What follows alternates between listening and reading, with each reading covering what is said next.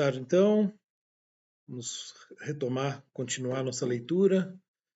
Hoje o capítulo 4, seminário do Alex e do Éder Aleixo. A palavra está com vocês. Bem, eu vou começar então essa quarta sessão. O quarto capítulo, né? Começa no parágrafo 67. O parágrafo 67 ele é só uma apresentação do que vai ser depois, né? Então, acho que a gente pode passar direto para o que interessa, que é o 68, a temporalidade da abertura em geral. O capítulo, né, se chama Temporalidade e Cotidianidade. Acho que a gente pode ver como que a gente chegou até aqui, uma pequena recapitulação, acho que é importante. O projeto de 70, o projeto articulado, né, tem muitas coisas em questão, mas uma muito importante aqui para a gente é o projeto de uma ontologia fundamental. A ontologia fundamental, o Heidegger entende, é uma coisa que, né, ele tomou como o mais importante e tal. Isso não é da fenomenologia, isso é bem dele. Seria encontrar o que seria um sentido, uma ontologia que fosse base de todas as ontologias regionais. A ontologia fundamental, então, ela acaba sendo o ponto de partida de qualquer ontologia regional possível. Por isso que ele começa o CBT falando do sentido de ser em geral. Não de um sentido de ser específico, mas do sentido de ser em geral, que, segundo ele, é uma pergunta que foi colocada no início da filosofia grega, mas que foi esquecida. Ele parte, então, de uma tese muito difícil, né, de ser defendida e tal, e, no fundo, ele não consegue as últimas categorias para defender. Ele coloca como meta, que é a tese, o sentido de ser aquilo. Isso ele coloca lá no começo. Tanto que ele tenta, talvez fosse interessante o nome ter mudado para ser ético. Ele próprio, né, falou isso uma vez. Parece que eu não lembro em qual, se foi num texto, numa entrevista, eu sei que em algum momento o próprio Heidegger disse isso. Sim, né? Ele mesmo fala. Tem alguns problemas, né, por que ele não fala, né, ser é tempo? Tem um problema aí que é, ao falar ser é tempo, esse já tem o próprio ser. Então, tem um problema aí que nessa frase já há uma pressuposição de ser da qual ele precisa. Beleza, então tem essa tese geral. Como eu acesso o ser com vistas à sua temporalidade? Ou seja, com vistas ao seu sentido. De Heidegger em ser tempo. Não dá para eu aplicar de forma direta. Eu preciso fazer um caminho. O caminho é analisar aquele ente que compreende o ser. E qual que é o ente que compreende o ser aí? O dado. Nós mesmos. Então, a analítica existencial, isso bem. Inclusive, Fernando, eu vi ontem um trecho do Heidegger falando assim, era mais ou menos, ser e tempo é a crítica da razão pura aplicada ao ser humano. Então, assim, não apenas aos juízos sintéticos a priori, mas ao Mas no GA 66, depois mais depois me passa isso. Isso me interessa muito. Mas ele quer fazer uma crítica mesmo, no sentido kantiano, da existência. Então ele quer encontrar os elementos transcendentais da existência, os elementos a priori da existência. Por quê? Porque encontrando o ser da existência, o ser do ser aí, ele vai conseguir chegar ao ser em geral. Se o tempo é o sentido de ser em geral, o tempo também tem que ser o sentido de ser aí. E é nesse ponto que a gente está. Então, por que isso daqui é assim, uma parte fundamental do seu tempo, esse capítulo. Por quê? Diz ele, se eu consigo comprovar que o sentido do ser aí é o tempo, eu já tenho o caminho quase que todo preparado para chegar ao sentido de ser em geral como tempo. Então, esse aqui é um passo fundamental. Só que para chegar até aqui, ele fez um percurso muito grande. Percurso fenomenológico. O que o método fenomenológico exige? Que eu não pressuponha nada e descreva aquilo que aparece. Ao descrever isso que aparece, eu vou dando voltas no mesmo, em torno do mesmo fenômeno, e com isso eu vou ganhando complexidade fenomenológica. Estou conseguindo ver de maneira mais intensa. Então, quando ele começa a descrever o ser aí, é muito importante que ele não parta de nenhum pressuposto ontológico, teórico, cultural, social, nada. Por isso ele fala, eu vou começar pelo ser aí na cotidianidade. Não na cotidianidade do meu povo, para ele isso é muito importante. Hoje, leituras decoloniais falam que você partiu sim de uma visão eurocêntrica, ao que os fenomenólogos mais raiz respondem, nem fudendo. Inclusive lá na UERJ tem uma briga enorme entre o Casanova e o Alexandre falando que o Heidegger fez é uma descrição do homem europeu, e o Casanova fala, não, isso aqui é de qualquer ser. É uma discussão muito interessante que tem hoje. De qualquer maneira, ele parte então desse ser aí no dia a dia. O ser aí que simplesmente levanta, pega um utensílio, né, pega uma caneta e escreve. Ele quer explicar como é possível que agora eu esteja com o computador na minha frente e escreva alguma coisa, como é possível que eu esteja ali com uma caneta e esteja escrevendo. Ele está querendo escrever, não é nada demais. Por mais que o vocabulário seja. E daí ele vai falar, olha, para que isso seja possível, eu preciso compreender o ser. Essa compreensão do ser se dá por meio de uma abertura do mundo. Isso aqui é a primeira parte. Eu estou falando isso porque isso tudo vai ser importante daqui a pouquinho, né, para esse parágrafo 61. A abertura de mundo, ela se dá a existir é abrir mundo. E o que é mundo? É um horizonte de manifestação dos entes em geral. É um horizonte que permite que algo se fenomenologize, apareça como algo. Então, como que eu posso pegar esse copo de café e tomar o café? Porque é importante antes que esse copo apareça como copo, que o café apareça como café, para que minha ação seja possível. Essa abertura se dá em 3 momentos.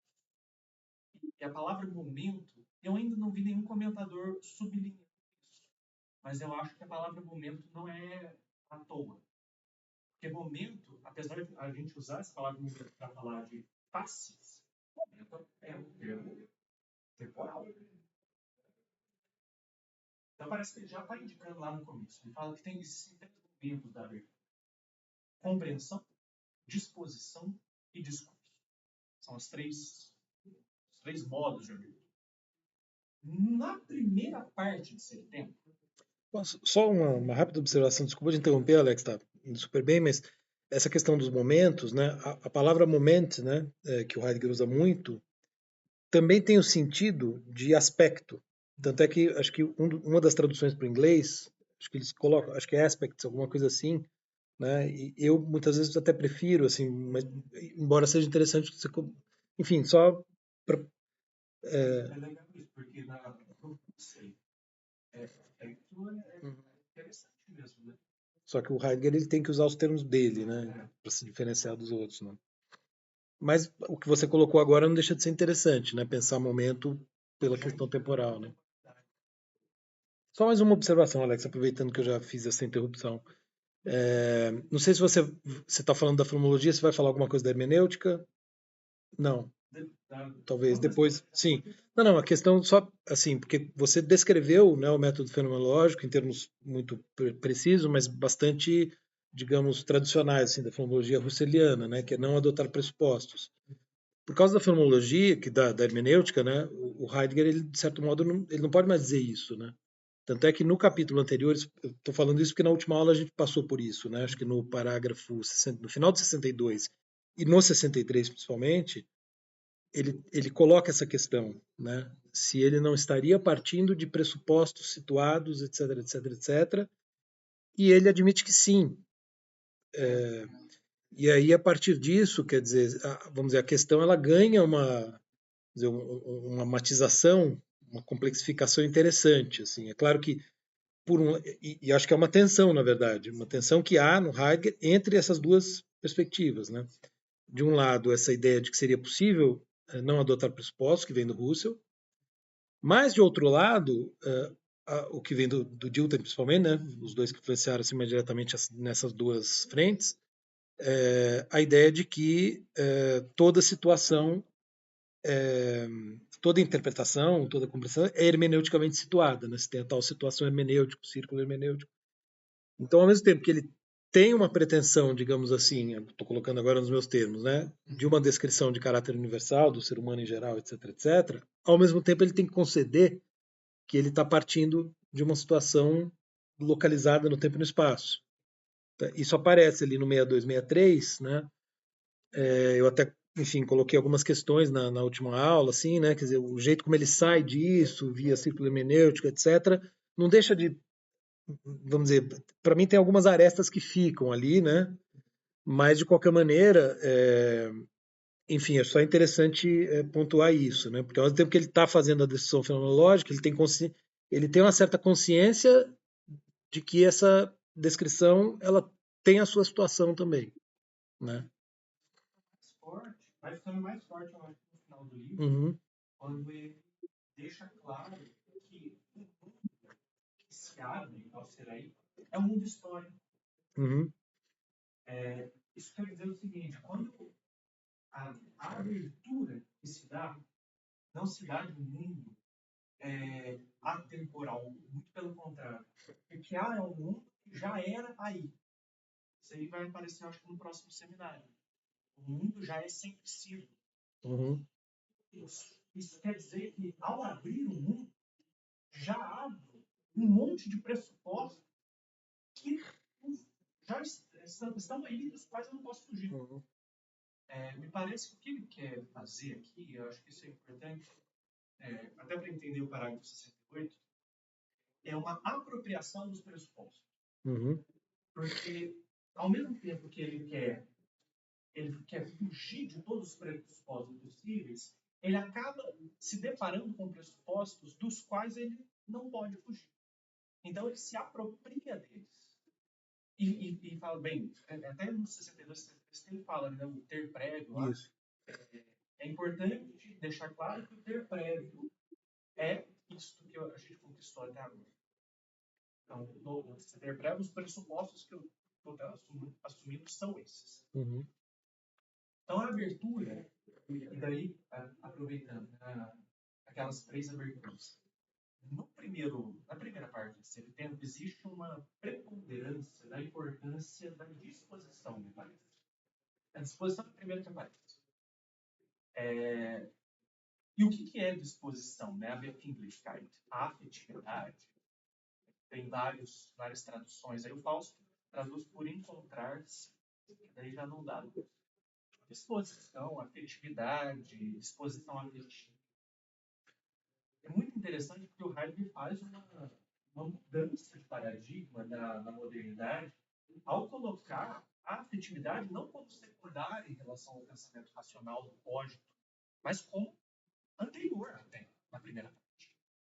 Tem uma discussão entre os comentadores, elas são co-originais, isso aí também é uma novidade que o Heidegger introduz, uma co-originariedade de três momentos, de três fatores. A disposição afetiva é essa que, então, abre a possibilidade dos sentimentos. Então, a gente viu, por exemplo, a angústia como uma disposição afetiva fundamental. O segundo momento é a compreensão. E isso daí é hermenêutica. Né? E compreensão, Stein é muito difícil, eu acho que é o mais difícil da gente compreender, porque é a palavra mais. Porque compreensão, a gente tem no dia a dia uma ideia de que compreensão tem que ver com apreensão racional de uma certa desculpa, de um certo texto, alguma coisa assim. Então, compreendi o texto significa que eu consigo articulá-lo de maneira clara. Não é muito isso. A tradição hermenêutica, isso aí não é no Heidegger, já vem lá do Schleiermacher. Coloca a compreensão em outro nível. Então, a hermenêutica não é uma simples interpretação. É uma interpretação dos pressupostos. O que o Heidegger faz é ontologizar a interpretação. Então, a interpretação não se dá apenas quando eu leio um texto, mas a interpretação se dá a todo momento. Essa compreensão se dá a todo momento. E o que é compreensão? Compreensão é a abertura de possibilidades. Isso é muito interessante. Quando eu abro, eu sempre estou disposto de um certo modo. Situado frente a possibilidades. Essas possibilidades que são abertas pelo que ele chama de compreensão. Compreensão é a abertura de campo de sentido. O sentido é o que possibilita, é o que abre as possibilidades. Eu acho que a gente pode fazer um paralelo com uma interpretação de um texto. Isso daí é clássico na hermenêutica, esse exemplo. Quando eu estou lendo um texto, as palavras, ou as sílabas, as letras, não aparecem isoladamente. E eu só consigo compreender uma frase, um texto, a partir do sentido geral do texto. Eu preciso antes projetar um sentido para que essa frase isolada faça sentido. Eu consiga minimamente compreendê-la. Quando a gente está lendo um texto e a gente percebe que a gente não entendeu uma frase, basicamente é porque o sentido que a gente está projetando não é o sentido do texto. O que isso tem que ver com a existência? Ele fala que isso se dá a todo mundo. Não é apenas a interpretação do texto. Um campo de sentido se abre. Abrindo esse campo de sentido, possibilidades também são colocadas para mim. A existência é, o tempo todo, atualizar uma possibilidade. Atualização de possibilidade a gente chama de interpretação. E, ao mesmo tempo, a morte de todas as outras possibilidades. Isso que a gente estava vendo da morte. Né? Por isso que ser para a morte também significa, a todo momento, lidar com o fato de que, ao escolher alguma possibilidade, outras deixam de ser possibilidade. Então, é a compreensão. O discurso aparece no primeiro momento como aquilo que articula compreensão e disposição. É a articulação de compreensão e disposição. Bem, isso tudo foi conquistado na primeira parte. No final da primeira parte, ele fala: parece que está tudo separado, mas na verdade é um fenômeno só. O fenômeno é ser aí, ser no mundo. Qual que é o nome que eu vou dar para a estrutura geral que une disposição, compreensão, discurso? Cuidado. Cuidado é o nome que ele dá para o ser que articula tudo isso. Aí ele chega agora, nesse parágrafo 67, e repete isso. Eu preciso encontrar a totalidade originária do ser. Ele abre os 67. O que seria essa totalidade originária? A condição de possibilidade, tanto de compreensão, quanto de disposição, quanto de discurso. Entende? Se são 3 momentos, e cada um tem uma forma de atuação, cada um tem a sua função, assim, é preciso que os 3 estejam na mesma coisa. Afinal de contas, não é um todo. E ele é fragmentado. Não pode ser fragmentado. Tem que ter um todo. Então, a busca pela totalidade é a busca por aquilo que unifica e fundamenta a compreensão de suas situações. Cuidado. É o fundamento. Resposta. Então, a totalidade, ele usa essa totalidade articulada. É a articulação dos momentos. Depois, isso é o que ele vai tentar fazer agora nos parágrafos que nós dois vamos apresentar. No final desse capítulo, ele vai falar da totalidade originária como fundamento também da espacialidade. Eu resolvi deixar de lado isso, porque já tem muita coisa. Mas qualquer coisa, se der tempo, a gente entra na espacialidade. Uma curiosidade, no final da vida dele, em 62, ele profere uma conferência chamada Tempo e Ser, em que ele fala, fiz bobagem, não tem nada a ver esse negócio de a espacialidade ser derivada da temporalidade, é bobagem. Eles retratam quanto a isso. Bem, antes de entrar nisso, você falou aí, esse filósofo anterior ao Heidegger, ele traz hermenêutica, já está no Schleiermacher. Schleiermacher, né? Ele é considerado o pai da hermenêutica moderna, né?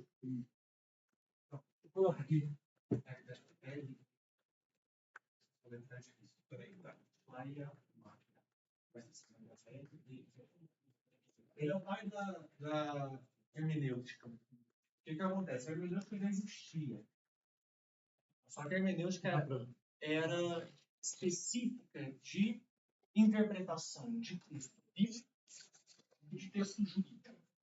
A hermenêutica no direito sempre foi forte, até hoje. O que o Schleiermacher faz é transformar isso numa ciência de interpretação e falar isso aqui não é só para a Bíblia, nem só para o direito. Isso aqui é para qualquer tipo de texto. O salto do Heidegger é falar isso não é só para texto. Isso é para tudo. Isso é para levantar e pensar. São os passos, eu acho que grandes passos, bem resumidamente, da hermenêutica. Deu para ver, é o fazedor de véus, né? Schleiermacher, que em alemão tem essas coisas, né? Muitos nomes são nomes de profissões, né? Então, tem o Schumacher, que é fazedor de sapatos, né? E aí vai, né? Mas no caso do Schleiermacher faz algum sentido. O cara era, né, mega religioso, como todos os filósofos alemães, aliás. Uma coisa importante da hermenêutica é assim, a tarefa da hermenêutica é um pouco pretensiosa, mas faz sentido, eu acho. Talvez esteja comprado. Que é interpretar o autor melhor do que ele mesmo. E o que significa ele? No caso do Heidegger, eu acho relativamente fácil, porque ele é um péssimo intérprete disso. Isso faz certo sentido, de que assim, quando alguém escreve texto, sempre há pressupostos que essa pessoa pode saber que estão ali, mas não coloca no texto por vários motivos. Ou pode nem mesmo saber esses pressupostos. A hermenêutica, ela tenta retirar o véu, desvelar esses pressupostos. E não é sentido. Essa é uma tarefa grande. O Heidegger, ele só faz o seguinte: a história da filosofia e a história do Ocidente tem um pressuposto que nunca foi tratado, que é o sentido de ser. E o sentido de ser adotado por todo mundo, a todo momento, é ser como presença. Presença constante. Quando eu digo que é Y, eu estou dizendo que eu encontrei a essência, ser, ou seja, aquilo que não muda em Y. Eu encontrei o constante. Que ele fala, esse pressuposto tem que ser perguntado. Será que isso mesmo? Será que ser é sempre presença constante? Então, é a hermenêutica ontológica dele. E o que ele vai falar é não. ser é tempo, não é presença. Então a gente tem que botar passado e futuro em jogo aqui para tentar entender. Que é o tempo.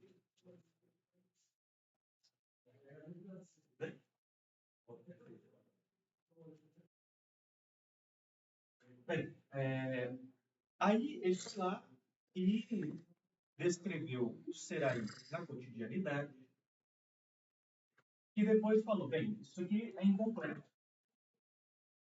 Passa então para a descrição do ser aí próprio, do ser aí autêntico, e para chegar a isso ele teve que passar pela angústia. É o que a gente tem feito até agora. Ele chegou então à conclusão de que a abertura pode se dar de maneira própria ou imprópria.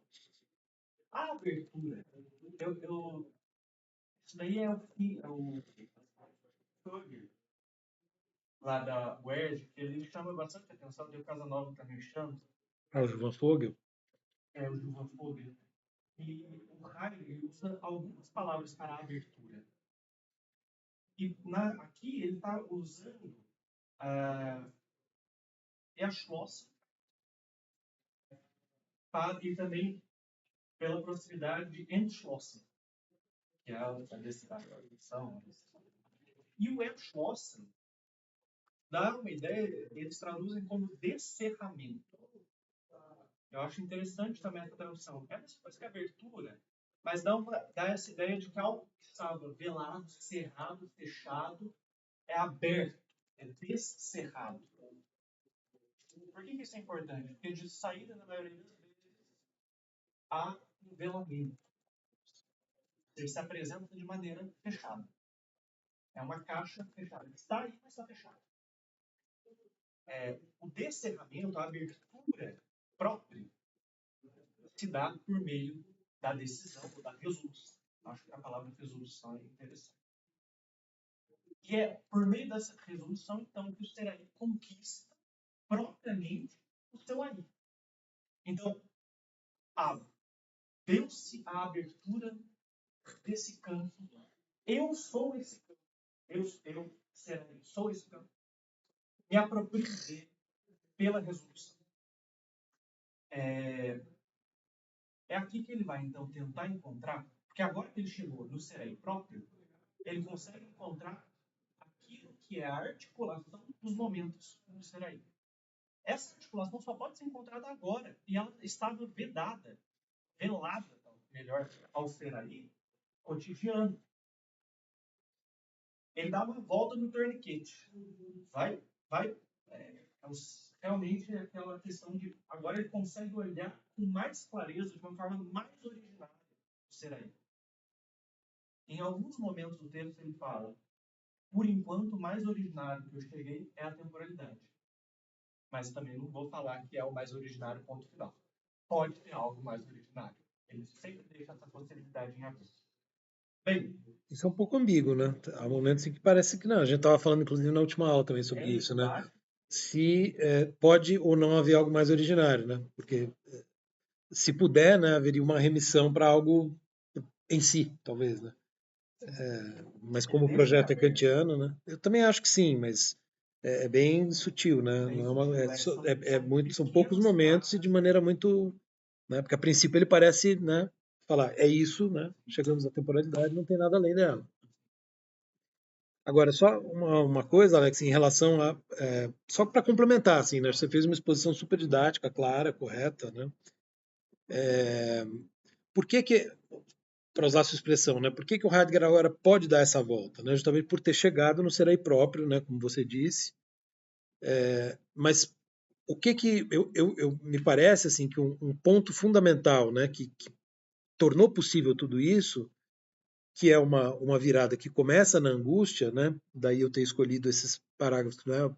A angústia e cuidado para a gente incluir no programa, que é quando justamente começa a se mostrar a possibilidade e a perspectiva do ser aí autêntico ou próprio, né? Conforme a gente traduz o Eigentlich. Né? Por quê? Porque enquanto, né, como você reconstituiu, né, ele vai fazer a análise existencial do ser aí partindo da cotidianidade. de certo modo, a cotidianidade é o que está à mostra, né? Porque, como ele sempre diz, né, o Seraí é na cotidianidade, é nesse modo, né? De início na maior parte das vezes, né? Que é o Tsunex Tsumais, que ele usa 600 vezes.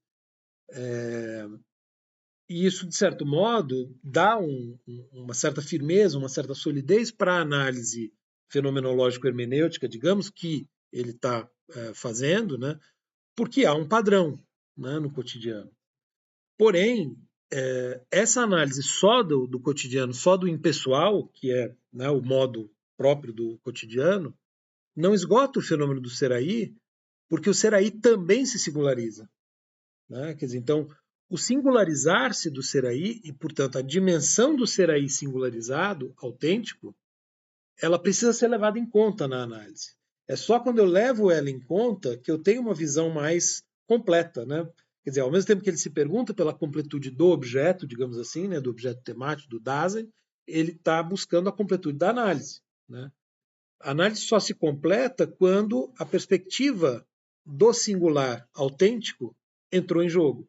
E ela vai sendo, digamos assim, construída, né, passando pelas figuras que você mencionou, via angústia, ser para a morte, chamado da consciência, resolução antecipadora. Né? Ou antecipatória, enfim, antecipadora. Então agora ele tem tanto a dimensão do impessoal como o modo de ser do impessoal, como o modo de ser autêntico. Né? Sem essa perspectiva, não seria possível compreender a temporalidade e voltar à análise da primeira parte. Né? Eu acho interessante só enfatizar esse elemento, né, da singularização. Eu acho que é como se, vamos dizer, olhando para o ser humano, né, ele dissesse, olha, não adianta só analisar a mediania. Tem que levar em conta aquelas experiências de singularização que existem também, ainda que sejam mais raras, que não sejam um padrão. Na última aula eu falei um pouco sobre isso, enfim, isso é uma, né, enfim, uma coisa um pouco assim, né, um pouco mais polêmica talvez, mas ele tinha um projeto, né, vamos dizer, uma coisa que está na cabeça dele é a experiência religiosa, né? E se a gente pega todas essas figuras que foram mobilizadas, né, o modo como a morte aparece, a própria ideia da angústia, né, um certo caráter involuntário de tudo isso, né, como se a angústia acontecesse, há um chamado da consciência, quer dizer, parece que ele está se referindo a um tipo de experiência que no começo para ele era a experiência religiosa por excelência, né, mas que talvez a gente possa para além do texto ou não, ou justamente tentando entender esse propósito dele, uma vez que ele deixou de lado a perspectiva especificamente religiosa, né? Um tipo de experiência que pode ser a experiência do religioso, a experiência mística, em diferentes religiões, inclusive, a experiência do artista, né? Da criação artística. Quer dizer, a gente poderia pensar certos tipos de experiência que marcariam essa ruptura, que não é uma ruptura, claro, em sentido concreto, né, mas essa ruptura com o impessoal que permite a singularização. Né? E daí, a partir, uma vez que você tem os dois fenômenos considerados, é que dá para entender, de fato, o quanto a temporalidade é constitutiva. Porque onde que a gente vê a temporalidade em ação? Na antecipação da morte. Quer dizer, é quando o ser aí olha para frente, para as possibilidades abertas, e sabe que tem um momento em que essas possibilidades se fecham, né? Essa capacidade de ir e voltar, digamos assim, né? De um certo ponto.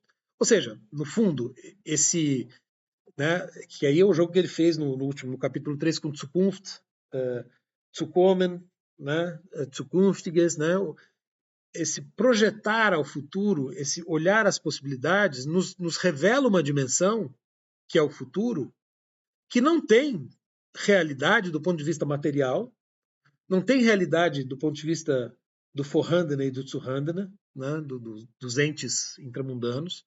Então vejam, mas para nós tem uma, entre aspas, porque o Heidegger não usa essa palavra, né, mas tem uma realidade óbvia. Né? Nenhum de nós vai negar o futuro.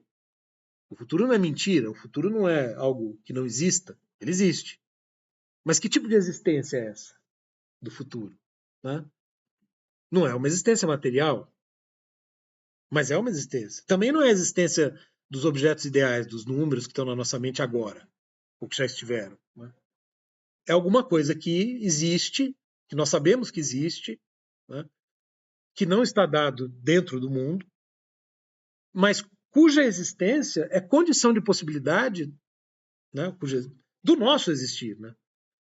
Nós só existimos em função do futuro, em função da projeção que está envolvida em toda a abertura, né? na Befindlichkeit, na compreensão. Quer dizer, tudo isso é possível porque nós operamos em função de possibilidades abertas na direção do futuro. Então, é como se... Agora, quem que se dá conta disso? Né? Digamos assim, quem? Né? Onde...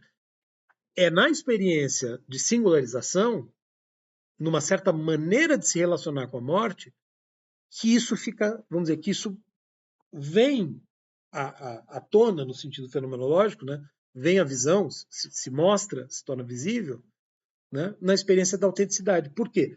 Porque o cotidiano lida com o futuro de uma maneira inautêntica que ele, né, vai caracterizar aqui, enfim, a gente vai falar mais sobre isso, mas essa experiência do futuro não serviria para nos mostrar, por isso que ele não podia entrar na temporalidade logo já na primeira parte. Só agora ele pode. Porque a partir dessa experiência, né, então vamos dizer, é como se, e aí tem elementos, enfim, a gente vai, não vou me antecipar, né, a questão do instante e tal, mas há uma, vamos dizer, um modo de relacionar-se com a temporalidade, por assim dizer, que é radicalmente distinto no modo inautêntico, do impessoal, e no modo do Dasein autêntico, que tomou a decisão, que tomou a Entschlossenheit antecipadora. Né? Acho que agora é que a temporalidade se mostrou para nós. É importante isso, porque isso daí que vai diferenciar a fenomenologia de uma dogmática. Uhum. Porque ele só pode falar da temporalidade quando o objeto, fenômeno, objeto de estudo dele, fenômeno, peraí, mostrou a temporalidade. Se ele tivesse falado da temporalidade antes, na primeira parte, teria sido assim, afirmação dogmática. Foi preciso que o serem se desvelasse como ser para a morte desvelasse um futuro, e aí sim eu posso tratar da temporalidade. Isso é uma psicologia assim, radical. É o fenômeno mostrando aquilo que pode ser dito. Não eu falando sobre o fenômeno. Eu apenas sou um porta-voz do fenômeno. E também isso mostra como a noção de fenômeno e a noção de campo, de objetos temáticos, campo temático, vamos dizer, estou tentando fugir das palavras erradas, né? Não vou falar em erfarro, não vou falar em experiência, né? Ele também passa a fugir um pouco das vivências, né, que ele menciona às vezes, porque aí é o russo. Então, ele tem que criar os vocábulos próprios, né? Mas, vamos dizer, a noção de fenômeno e a noção disso que é a experiência para a fenomenologia, né, esse campo de onde os fenômenos se abrem, como é completamente diferente, apartada né, de qualquer noção empírica de experiência. Né? Há uma ruptura, um distanciamento do empirismo muito grande, sem sair desse mundo, digamos assim, né? Porque a gente tende a pensar a partir de uma chave moderna e mesmo do positivismo, né? Ou você tem a realidade que nós podemos ver e tocar, e todo o resto não existe. Né? Ora, então o futuro não existe. Claro, por isso que o Hume formula o problema de Hume. Né? Eu não sei nada sobre o futuro, porque o futuro não é um objeto que eu posso tocar. Então eu não tenho nenhuma garantia de que a indução, né, de que aquilo que eu obtive por indução, as leis da física, vão continuar funcionando no futuro, porque eu não conheço o futuro. Ora, eu só não conheço o futuro se eu adoto uma noção de experiência estreita como essa do empirismo. Todos nós sabemos, né, que o futuro está aí e temos uma compreensão, vaga que seja, do futuro. Então, negar o futuro, né, dizer que o futuro pode ser uma ilusão da nossa imaginação, né, é muito mais, vamos colocar assim, é muito mais alucinação do que o contrário, né, do que afirmar o futuro existe e, portanto, né, a realidade é muito mais ampla, a realidade mesma, né? Realidade aqui no sentido não, né? A existência, do que o empirista supõe. Tem uma questão, duas coisas, na verdade, um comentário primeiro, é por isso que no caso da fenomenologia eu prefiro a tradução para vivido que vivência. Eu acho que, não sei, pelo menos a mim remete a coisas mais ligadas à experiência mesmo do que exatamente o vivido. Né? Eu prefiro essa tradução quando eu vejo, assim, no caso do Lúcio, né? Tradução para vivido e para vivência. Mas, enfim, eu fiquei pensando numa questão desde a última aula, eu acho que vem a calhar agora, que é assim, qual seria, se é que há, o parâmetro da autenticidade? Porque parece que a autenticidade, em muitos momentos, é algo extremamente subjetivo, sabe? Quem que a gente diz que é autêntico e quem a gente diz que não é autêntico, né? Às vezes fica algo assim completamente uma abstração assim muito impalpável mesmo, assim, no sentido mais. Então, mas se para deixar palpável, ele teria que trazer para o ôntico e perderia o objeto. Porque aí ele não estaria mais falando da autenticidade como uma possibilidade aberta, né, como um existencial, mas sim como uma facticidade específica. Se ele dissesse, por exemplo, bom, um exemplo de autenticidade é, vamos dizer, sei lá, Santo Agostinho. Né?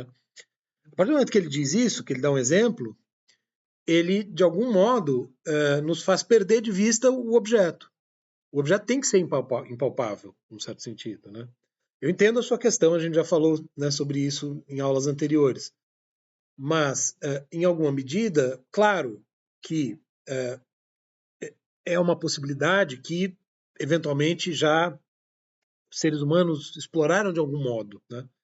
Mas ele está tentando, me parece, né, pensar essa possibilidade e conhecer, enfim, fenomenologicamente descrever essa possibilidade enquanto possibilidade aberta. Portanto, não dá para dar um exemplo, né?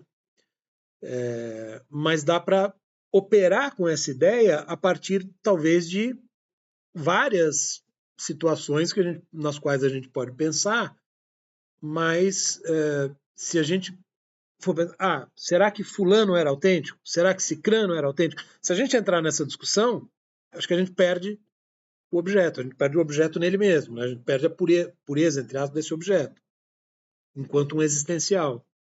Não sei, tem um pouco essa sensação. A gente já falou sobre isso, é uma inquietação que eu tenho também, né? Mas eu tenho essa impressão. Por isso que ele não pode, digamos, dar um exemplo. Né? Agora, de algum modo, eu diria o seguinte: é uma possibilidade que tem que estar, de algum modo, trazida ao âmbito da facticidade pelo Heidegger e pelo seu leitor, para que seja compreensível o que ele está dizendo. Né? Porque senão, quer dizer, se o que ele está dizendo só é visível a partir da autenticidade, o impessoal não consegue entender. Né? Eu não consigo entender a temporalidade no modo impessoal. Então, eu preciso conhecer as duas possibilidades. Para conhecer as duas possibilidades, de algum modo, né, eu preciso ter acesso à autenticidade. Então, no mínimo, assim, eu acho que a gente tem que supor como uma possibilidade. Isso até talvez volta um pouco para aquilo que você falou da angústia com caráter metodológico, né, embora eu tenha discordado, né, e ainda acho difícil pensar exatamente nesses termos, mas em função disso que eu estou dizendo agora, né, talvez a gente possa pensar assim, justamente por isso, né, o caráter metodológico em se tratando da fenomenologia, né, seria se apontar para algo que está sendo considerado enquanto existencial e que, portanto, vamos dizer, na economia do texto, da obra, né, não pode ser pensado em termos estritamente, quer dizer, de exemplos concretos ou algo do tipo, né? Mas, de algum modo, eu acho, né, é preciso que autor e leitor estejam na mesma Stimmung, digamos assim, quanto ao que seja a autenticidade. Porque senão, essa conversa aqui desse capítulo especificamente, quando ele vai analisar de novo, que ele já falou na primeira parte, à luz da temporalidade, não faria sentido. Né? Enfim, eu iria um pouco por aí, né? Juntando com a pergunta do Raul, né? Eu estou entendendo até aqui que a autenticidade tem a ver com uma forma de presença que está ligada a uma atenção à finitude. Uhum. O fato de a morte está por vir. E eu faço uma pergunta anterior, na verdade, que é nessa economia, né, que está desenhada, parece que então só é possível ser aí se passa por uma experiência de singularização. Assim, Não. Nós somos seres aí de saída. Né? O bebê nasceu, ele é um ser aí. A questão é, só se pode ter uma compreensão ontológica, né? Só se pode compreender o ser do ser aí, na sua originariedade mais extrema, que é a temporalidade, na autenticidade. potência, mas Pode, pode. Eu diria que pode. É que daí a potência ele também rompe com o Aristóteles. Porque essa potência pressupõe também um ser como presença, que já está sempre aí, e que depois só é atualizada no sentido aristotélico. É a cada vez que essa possibilidade se mostra. É um pouquinho diferente. Mas eu acho que o que nos angustia muito é que ele parece estar lidando com uma divisão dos seres humanos em os autênticos e os inautênticos. Eu acho que é um pouco uma falácia na qual ele mesmo vai cair. Né? Na década de 30 a gente sabe. Mas essa não é isso. Eu acho que não tem parâmetro que não seja a resolução, a antecipação da morte. Esse é o parâmetro. E não dá para você atestar. Não é atestável no sentido empírico. Isso. E nem comprovável. É atestável no sentido ontológico, porque ele usou a palavra, inclusive, né? Mas não de você observar e falar, isso é essa ação isolada. Porque ele está descrevendo o tempo todo a ontologia, não o ontico. E para estruturas ontológicas não existe exemplo. Exemplo sempre é ontico. Eu estou falando de condição de possibilidade. Para a condição de possibilidade, eu não posso ter uma possibilidade concreta. Para entender a condição. Exato. Inclusive, né, aí, pensando no paralelo com o Kant, né, ele está justamente. É um pouco assim, né? Então, depois eu quero essa frase, hein, que você citou. Como eu já falei aqui algumas vezes, né, o Kant está pensando a condição de possibilidade do conhecimento, a condição de possibilidade do agir moral, a condição de possibilidade do juízo estético, né, assim por diante.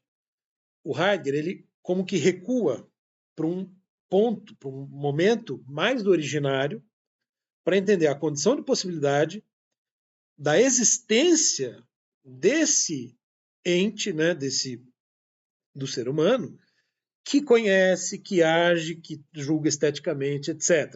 Então é como se ele tentasse chegar, percebem, a uma condição de possibilidade das condições de possibilidade kantianas. É anterior. Né?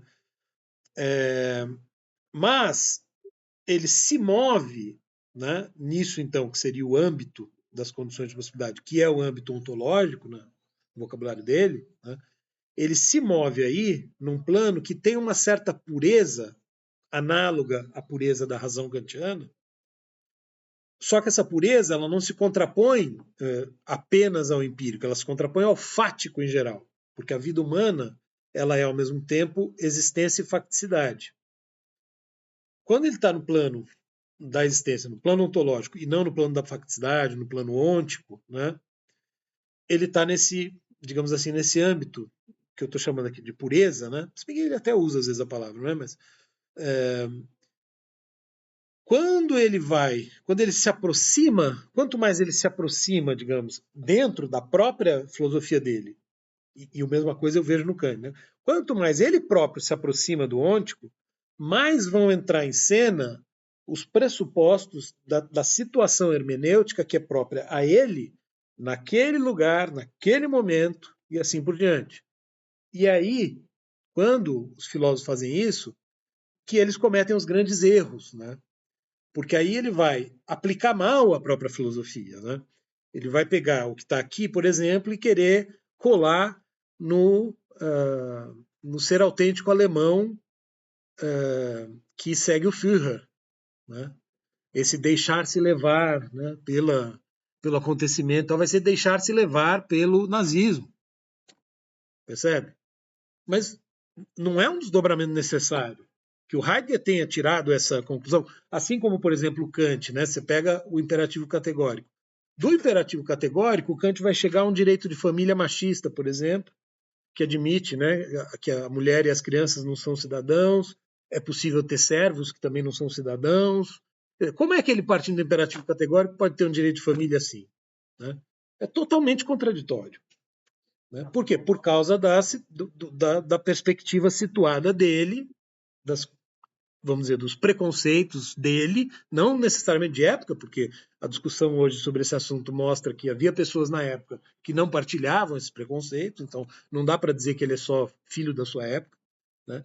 Mas, enfim, entram em cena do mesmo modo o Heidegger, eu acho. Né? É o que você falou.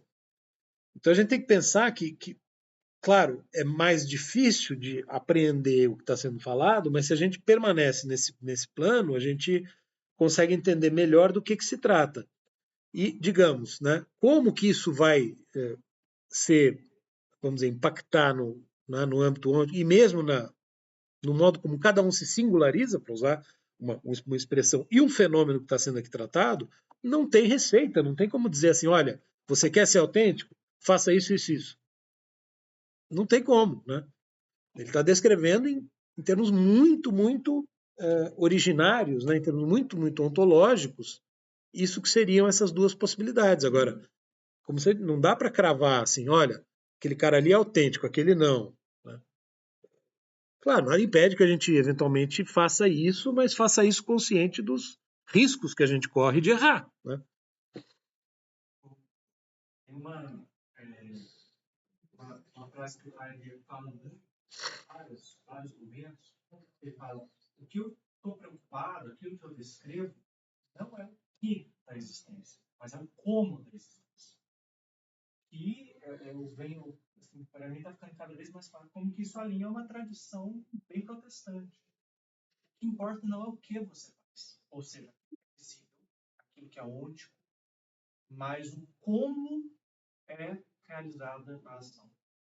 E qual que é o como autêntico? Aquele baseado na resolução desse valor da morte. É uma mudança de atitude, né? Acho que é isso, mas isso. Né? Eu queria fazer uma pergunta que eu pensei durante sua resposta à pergunta do Raul sobre a autenticidade, que me incomoda de um jeito marcante, assim, a repetição, né? Esse vai e volta que ele faz no texto. E aí eu estava pensando, né, que você falou, que talvez você tenha estado na abertura, você tem que ter abertura para reconhecer o que é disponível. Aí eu fiquei pensando nos 3 momentos que o Alex trouxe, né, do discurso, exposição e compreensão. Uhum. No segundo capítulo, você já tem uma base do discurso heideggeriano, uma base da abertura da compreensão que ele vem propondo, e você já está mais disposto a esse artigo, a esse tipo de argumentação. Por isso, voltar e reaplicar a temporalidade nas coisas que ele já falou. Segundo capítulo, você diz a segunda parte. É a segunda parte, faz algum sentido. Eu achei que, porque a essa altura você já está disposto, tem uma disposição maior ao que ele está falando. Sim, né, vamos dizer, ele já te persuadiu o suficiente. Você já tem uma compreensão de onde são os pressupostos ali, as coisas que ele está argumentando, e você já está com um pouco mais do discurso dele cravado, né? As palavras, assim. Uhum. Por outro lado, né, acho que você tem um movimento, né, eu tenho nas últimas aulas também sugerido um pouco, eu tenho sugerido um paralelo com o movimento da fenomenologia do espírito do Hegel, né? E você tem como que uma sucessão de figuras, né, que é como se o leitor vai acompanhando e vai crescendo junto, né, digamos assim, vai vivendo junto esse processo. Então, essa preparação, claro, se você olha de um ponto de vista externo, você pode falar, bom, né, o cara tá me convencendo retoricamente, né? Eu estou sendo eu estou sendo engambelado aqui, né?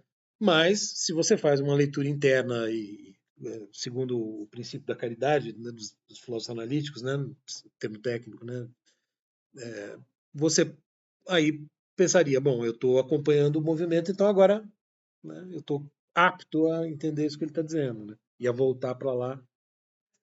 Espiral. Isso, é. Essa é a ideia. Você vai ganhando, acho que o Alex uma hora falou alguma coisa nesse sentido, né? Você vai adquirindo cada vez mais elementos, né? Mas você está o tempo todo falando meio que da mesma coisa, né? Só que você vai crescendo, né? Eu achei aqui a citação dele, que é boa, inclusive porque depois do 69, que o Alex vai mostrar, que ele vai falar sobre a teoria fundada na prática, né? Que é a condição de possibilidade do sujeito kantiano, que é o sujeito teórico. Ele fala assim, se radicalizarmos o problema kantiano do conhecimento ontológico, no sentido de que não nos limitamos apenas à fundamentação ontológica das ciências positivas, e mais ainda, não não limitemos isso a um problema de julgamento, mas em vez disso, a uma questão fundamental e radical da possibilidade do entendimento de ser em geral, então o resultado é fundamental certo, Conjunto fundamental. um conjunto fundamental dos problemas filosóficos de ser. Uhum. Ele está falando isso, não pensar apenas no fundamento ontológico das ciências positivas, mas Sim. da compreensão do ser em geral. Isso. Isso é interessante. Mas ele fala, a frase que você tinha dito era mais acachapante, né? É Ser e porque tempo é a crítica da razão pura. eu- Eu queria uma citação mais bombástica. Mas legal, assim. Bom, olha, a gente só vai chegar no 69 se a gente começar, né? Então, primeiro, 89, 68, A. Temporalidade da compreensão. Ele começa retomando o que é compreensão. E a originariedade da compreensão em relação a qualquer tipo de explicação. Isso aí está no primeiro parágrafo aí do tópico A. E aí, então, que ele retoma o que é a compreensão. Isso aqui ele já tinha falado. Compreensão é um ser que projeta em um poder ser, em vista do qual o ser aí existe a cada vez. Então, é o que a gente estava falando sobre a questão do texto, né? O que é a compreensão? Como que eu projeto? Como que eu compreendo? Né? Eu preciso abrir o sentido, vou falar do texto para ficar mais fácil, do texto. Abrindo esse sentido, eu me projeto no sentido. E é me projetando no sentido que o parágrafo 68A faz sentido. Eu consigo compreender. Mas eu preciso primeiro projetar o sentido desse elemento. Isso é a mesma coisa com o sereno. A possibilidade de cada momento, de cada instante, essa possibilidade ela é aberta por esse em vistas do qual o serei cada vez é. Esse em vista do qual o serei é o sentido. O sentido é o em vista. A compreensão, então, ela abre, ela descerra as possibilidades nas quais o ser aí se mantém. A compreensão é isso, é a abertura das possibilidades nas quais o ser aí se mantém. Nas quais ele usa a palavra, nas quais ele se sabe, disse. E é a partir disso que a existência pode se tornar questionável. Esse se tornar questionável, eu acho que a gente pode ler de dois jeitos, dois modos. Duplo sentido. Primeiro, de um questionamento temático, que é o que ele está fazendo. Ele tematizando a existência. A existência só pode se tornar objeto tematizado de uma analítica porque ela abre campo de possibilidade. Ao mesmo tempo, a pergunta ter Seraí é uma possibilidade da própria existência. A perguntar sobre a existência é uma possibilidade da existência. Essa possibilidade só pode existir porque o Seraí abre um campo de sentido a cada vez, possibilidades que não são determinadas. E daí, eu estava até conversando com a Paula, né, antes, essa frase, a existência pode se tornar questionável. Eu estava falando com ela assim, eu entendo o Seraí, que o Heidegger está falando, o Seraí autêntico, né, o próprio, como um caráter de pergunta. E aqui está um pouco a fundamentação disso. O Seraí é uma pergunta, ele não é uma resposta. O que é o impessoal? Respostas à existência. Então, de um jeito não técnico, mas manter esse caráter de pergunta à vida é o autêntico. O critério, então, é não dar resposta. O impessoal são respostas a esse caráter questionável que é a existência. Então ele fala isso, né? A existência pode se tornar questionável, pode se tornar autêntica e pode se tornar tematizada. Pode ler desses dois modos. Alex, só um rápido comentário em cima disso, né? Tanto é, isso a gente viu na última aula, que a Entschlossenheit, a resolução, né, ele caracteriza a postura do homem, vamos dizer, do ser aí resoluto, né, como uma postura cuja constância, ele joga com a palavra ständig, né, tem constância, cuja constância é de permanente abertura para o cambiante, né? Eu coloquei nesses termos, estou usando palavras minhas, mas é mais ou menos isso.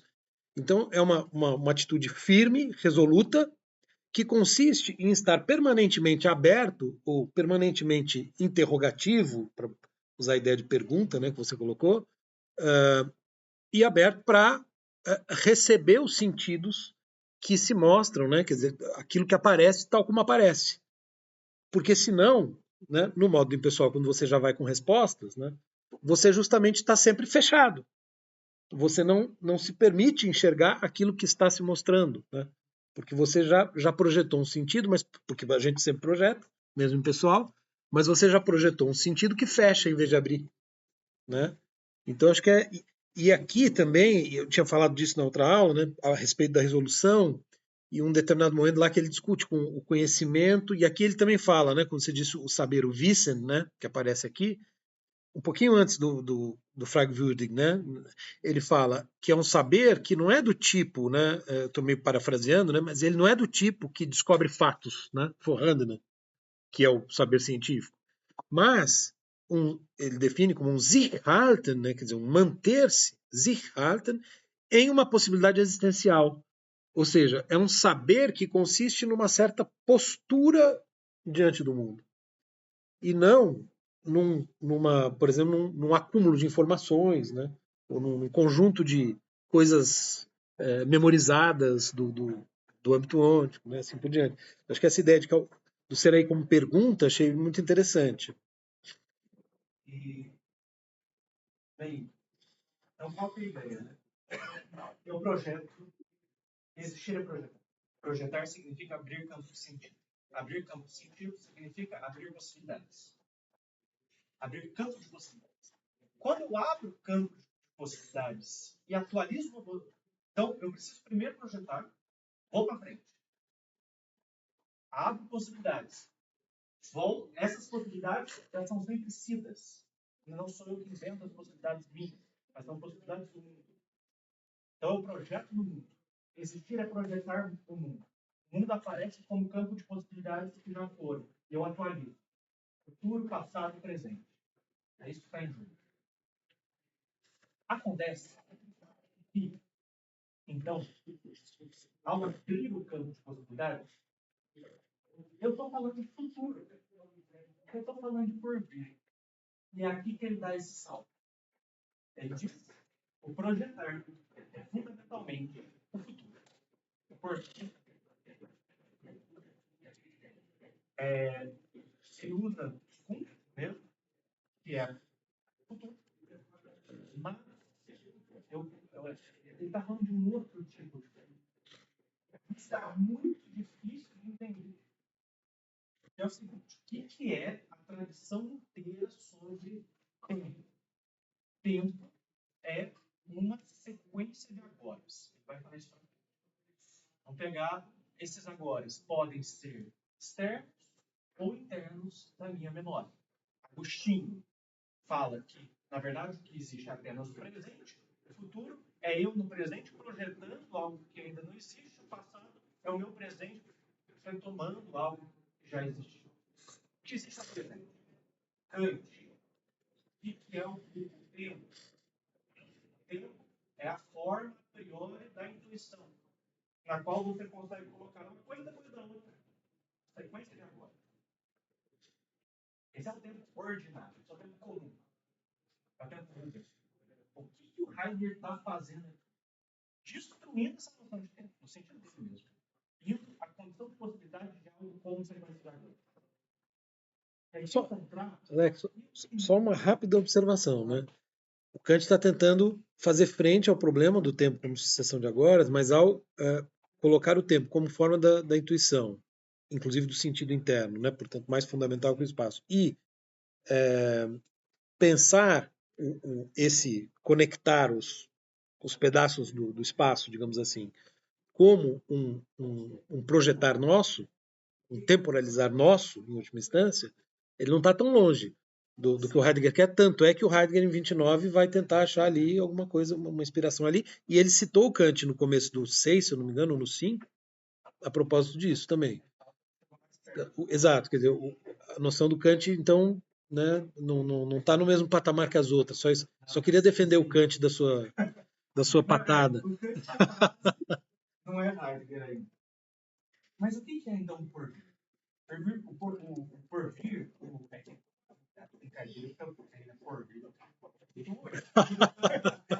em mineirês.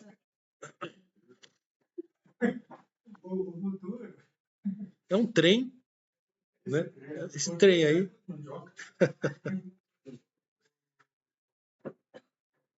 É um trem, uai, que está indo para frente. É um trem que vai para frente. Mas ele volta também, né? Ele não é um agora que ainda não se possui. Isso é muito importante. O tempo é finito significa o tempo não pode ser visto como sequência.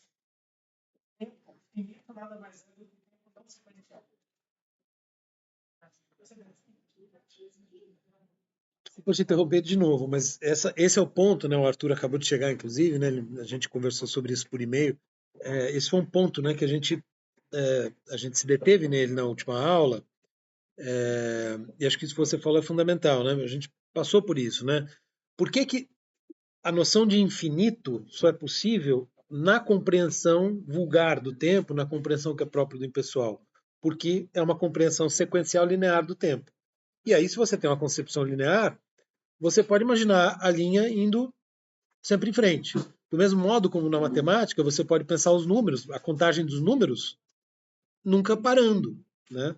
Então, a noção de infinito, ela seria própria dessa concepção linear do tempo, né? E a temporalidade finita significa o seguinte, vamos dizer, a verdadeira temporalidade, que é essa, né? Como que ela acontece, né? Como que ela vem a ser, né? A gente não pode falar que ela é, né? Mas como que ela vem a ser, como que ela se temporaliza, né? Que é a palavra que ele usa. Sempre de modo finito, no sentido de que todo existente é finito, todo ente temporalizado é finito, ou seja, a temporalidade ela só acontece, por assim dizer, né, de maneira finita. E a gente não tem como, acho que é um pouco essa é que é a nossa dificuldade. A gente não tem como se perguntar a respeito dessa temporalidade ordinária se ela em si mesma é infinita ou não. É uma pergunta que não caberia fazer, porque essa contraposição de finito e infinito, ela só faz sentido no plano ôntico. Inclusive tem uma altura do campeonato em que o Heidegger fala que nós só podemos compreender a finitude da temporalidade originária a partir da noção de infinitude inventada, digamos assim, no âmbito da compreensão vulgar do tempo. E ela ajuda a entender o caráter finito da temporalidade. Mas a gente não tem como transpor essa pergunta, porque a temporalidade a gente nem pode dizer que é. Então, como é que a gente pode perguntar da temporalidade, digamos assim, em si mesma, para além do modo como ela vem a ser, que é como nós podemos vê-la, no sentido fenomenológico, em nós, né? A gente não tem como perguntar se ela é finita ou infinita. Né? Ela se temporaliza sempre de maneira finita. Isso seria possível afirmar. Né? Então, o caráter não sequencial, como você disse, né, acho que foi uma boa formulação, dá conta, é o que caracteriza a finitude, digamos assim. Né? É muito difícil pensar isso, né? Porque ele está propondo realmente uma noção de tempo muito diferente não só da nossa cotidiana, mas da própria filosofia, principalmente da aristotélica. Bem, então, quando ele fala que projetar é futuro, ele não fala que projetar significa pensar em alguma coisa que ainda não está, ou que ainda não é real, ou que ainda não existe. Não é. Projetar está falando de outra coisa. E é adiantar-se. Significa abrir os livros. E é só assim que a gente consegue entender o seguinte fato.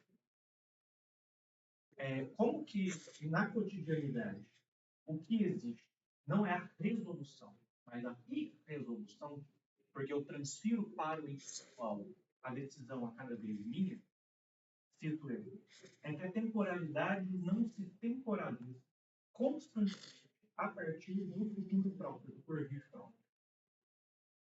Isso daqui, acho que eu chamo a atenção primeiro para o verbo, né? Zeitgen. Ele inventa temporalizar. Ele não pode falar o tempo é. Se ele fala que o tempo é, ele está pressupondo que o ser é mais originário do tempo e está pressupondo uma compreensão de Deus. O tempo se temporaliza. Então, o tempo não se temporaliza a partir do futuro próprio. Contudo, a inconstância não significa que a temporalidade careça, às vezes, de porvir, mas que a temporalização é modificada. Pode ler isso. O fato de que, de saída da maior parte das vezes, a temporalidade não se dê a partir do futuro próprio, significa que a própria temporalização pode sofrer modificações. Existe uma diferença modal possível no plano ôntico, que a gente já conhece. Autenticidade e inautenticidade. Então existe o futuro próprio e o futuro impróprio. Passado próprio, passado impróprio. Presente próprio, presente impróprio. Por que existe isso? Porque eu já tinha comprovado que a existência pode se dar de modo próprio ou impróprio. O futuro é antes, então o futuro também pode ser próprio ou impróprio.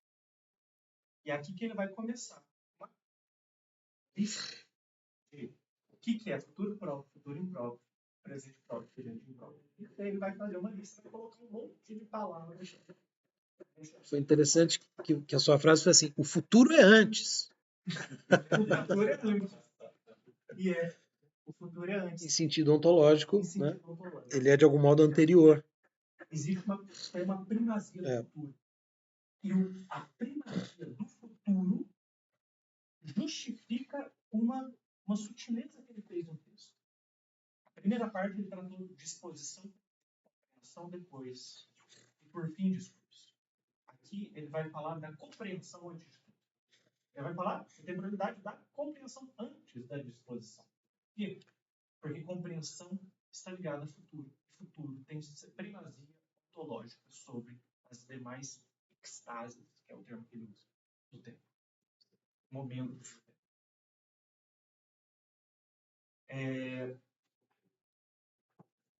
O que é... A cara do Rafael foi ótima. Extase. É primazia, embora sejam co-originários. Então, é muito sutil essa questão. Né? Acho que a gente vai voltar a ela no correr do texto. Explicando, né? É bem difícil entender isso. Passado, presente e futuro se dão ao mesmo tempo. É uma coisa só, que se chama tempo. são forma, assim como compreensão, disposição e discurso é ser aí, e eu posso tematicamente separar em três para formar um texto, para conseguir explicar, ou seja, fazer uma analítica, divisão em partes e tal. Eu só posso fazer isso porque é um todo. O tempo é um todo que eu posso separar em presente, passado e futuro. O que significa a primazia de uma e qual que é o nome que ele dá para cada um desses momentos do tempo? Extase. Extase nada mais é do que saída. Por que isso é importante? Ele tem que falar que o presente, o passado e o futuro estão abertos um para o outro. Eles não são caixinhas fechadas que Deus vai lá e faz a conexão. Eles estão abertos. Tá? O que significa a primazia de uma extase? Significa qual é a extase que vai modificar as outras. É a modificação que vai. Quando ele fala na disposição que o passado, o pretérito, o ter sido, tem primazia, significa que na disposição é ele que vai modificar os outros. Futuro vai ser próprio ou impróprio a depender do passado. Na compreensão, passado vai ser próprio ou impróprio a depender do futuro. Não sei se ficou um pouco Então, mais nesse sentido, só para complementar, eu acho que isso também afirma isso. Nesse mesmo sentido, então, a compreensão também tem primazia em relação à disposição e ao discurso. Por isso que isso justifica a primazia. E eu acho que eu já li isso em algum lugar, né, sobre essa questão da primazia da compreensão entre os existenciais. Então, daí a primazia do futuro também. E eu acho que isso fica claro aqui, nesse texto, nesse capítulo. Né? Nessa sessão, especificamente, 68.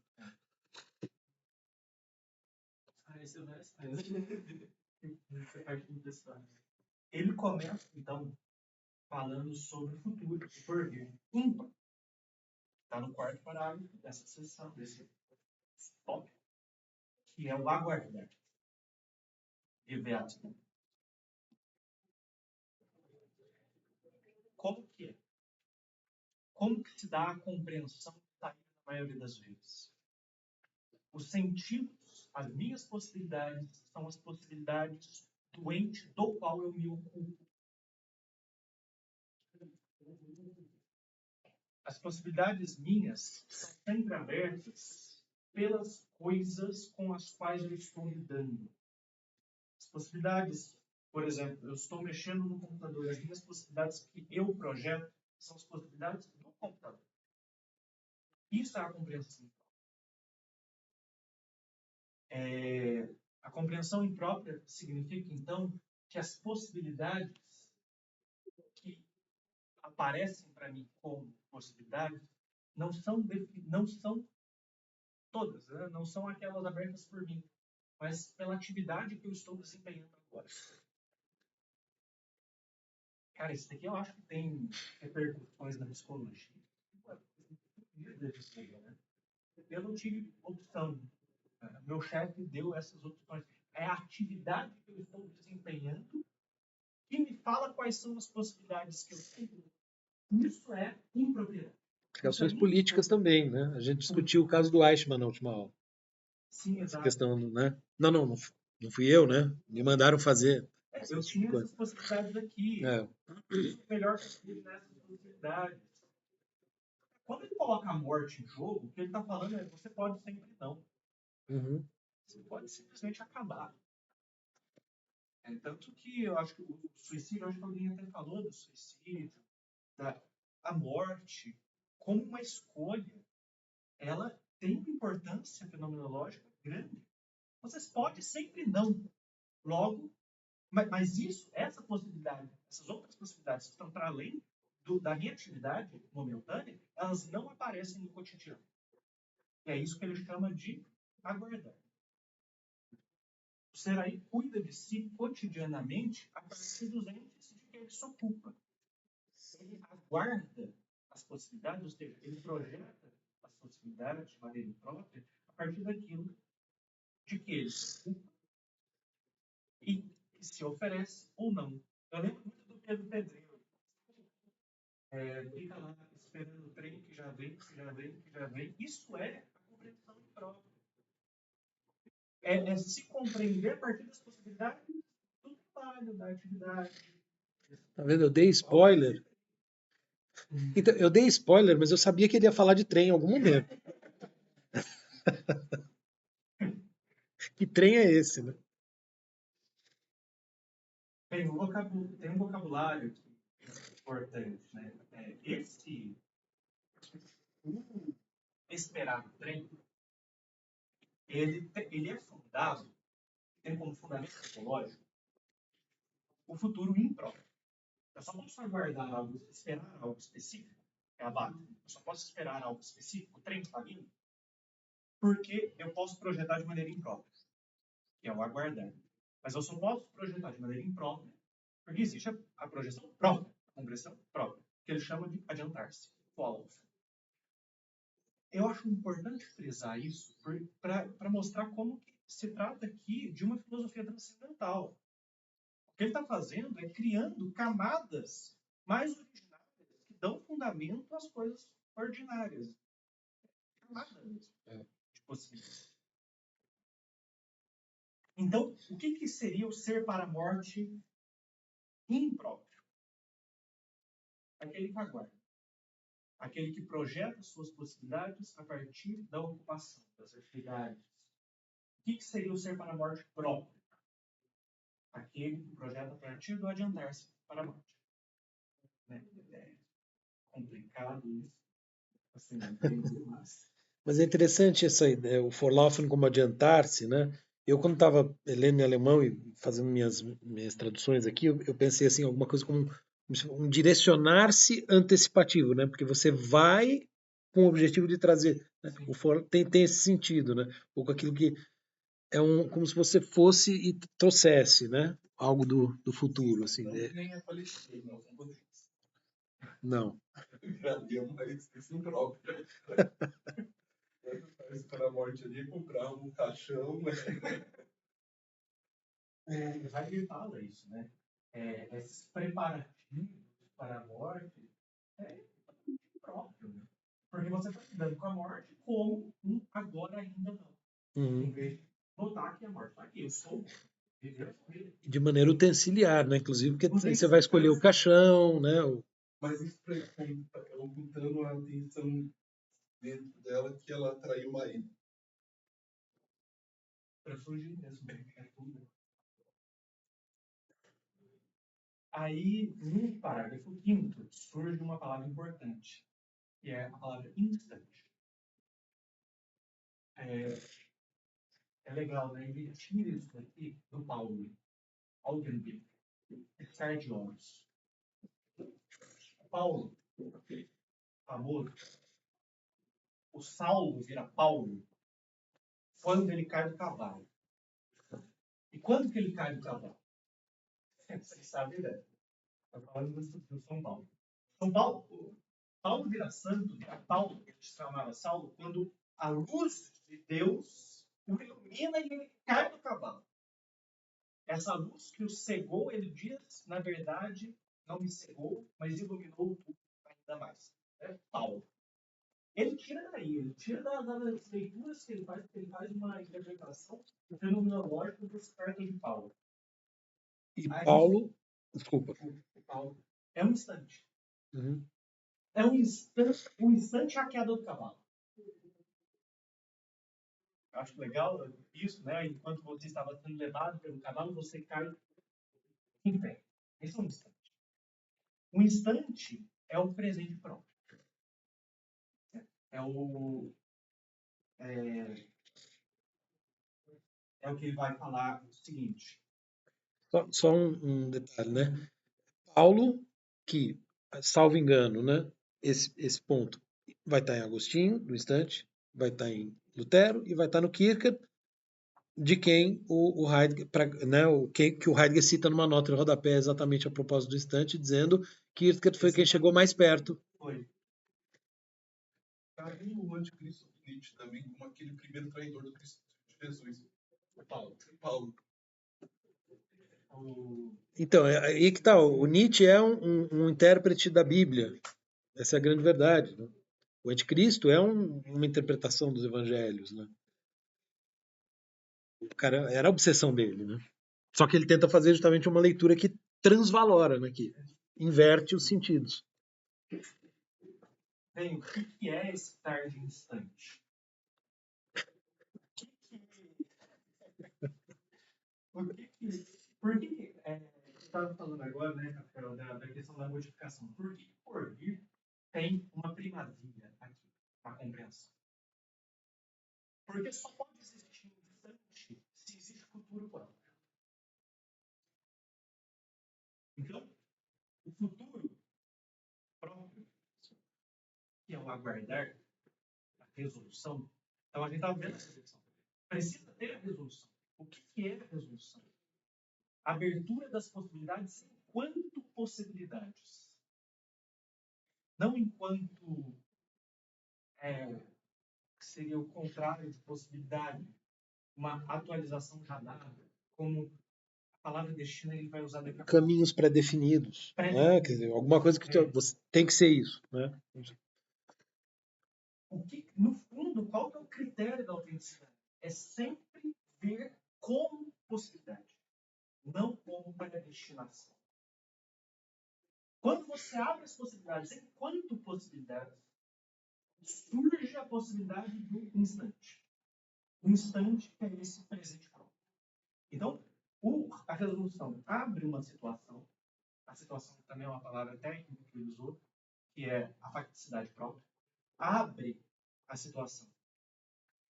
E aí que o presente se dá. O que é esse presente, um instante? É um instante que não é fechado ao passado nem ao futuro. O que é o presente impróprio? O agora. O que é o agora? O agora é algo fechado que não se destaca, isola, tanto do passado quanto do futuro. O que é um instante? É a dissolução das diferenças entre passado, presente e futuro. Então, é uma atualização que mantém as possibilidades abertas. Isso é o instante. Ele até fala, né? Não podemos confundir esse instante com o agora. O agora é temporalidade intramundana. Agora é coisa de utensílio, de subsistente. A existência não tem agora. Ela tem instante. De maneira própria. É aqui que ele vai citar o Kierkegaard, né? Que daí ele até fala, num instante nada pode ocorrer. Essa frase, ele diz, o que é uma ocorrência? Nada pode acontecer. O acontecimento, ele é algo do tempo ordinário. O acontecimento é sempre relacionado a coisas, a utensílio, a insubsistência. O instante está em outra camada ontológica. Mas é interessante, eu não tive tempo, né, de voltar lá no conceito de angústia e tal, mas enfim, ou mesmo nos outros textos que eu li sobre Kierkegaard, do próprio Kierkegaard, né, não deu tempo de buscar, mas a maneira, né, como o Kierkegaard define instante, claro, né, que é diferente, né, ele cita aqui a eternidade, né, mas é como se fosse um momento em que você tem o tempo finito, né, que é o tempo linear, no qual nós estamos, de algum modo, presos, né, que seria o correspondente ao impessoal, e o instante é o momento em que a eternidade atravessa, como que atravessa o tempo finito, né? Mas atravessa na percepção de alguém, né? Quer dizer, você tem talvez uma situação ali, né, autêntica, né, em que é como se, né, há um dar-se conta dessa outra dimensão temporal que não se confunde com a finitude no sentido linear, que é uma dimensão temporal que o Kierkegaard chama de eternidade, mas que, em geral, ele reconhece praticamente como incognoscível, né? Mas que justamente abre para uma outra compreensão de tudo, né?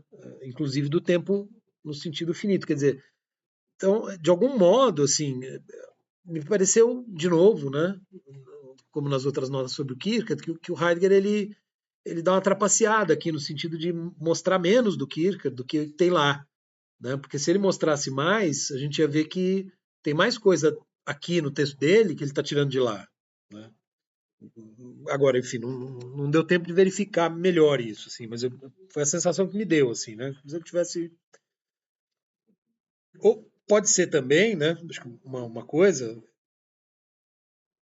O Kierkegaard, ele está dizendo, foi quem melhor compreendeu o fenômeno existenciário do instante. Então é como se ele tivesse, como sempre, né, a mesma coisa que ele falou do Kant em relação ao tempo, o Kierkegaard quase viu, né? Chegou ali, na cara do gol, mas não fez, né? O próprio deixar incognoscível, talvez, ou o modo como ele vai falar da eternidade, talvez seja insuficiente no que diz respeito ao que nós, pelo que o Heidegger está propondo aqui, podemos sim saber ontologicamente sobre a temporalidade. Quer dizer, talvez o que ele propõe, e aí de fato haveria uma diferença importante, é uma hipótese, né, que me ocorre, talvez ele esteja avançando, ou propondo uma forma de avançar, num certo conhecimento dessa outra temporalidade, né, que o Kierkegaard não chega a avançar no sentido de um maior conhecimento, porque é simplesmente algo incognoscível, você tem que dar o salto de fé, né, justamente porque não tem mais conhecimento, não tem mais razão, né? Não, o Heidegger está tentando, no âmbito da fenomenologia, avançar na compreensão dessa outra temporalidade, seja lá o que ela for, né?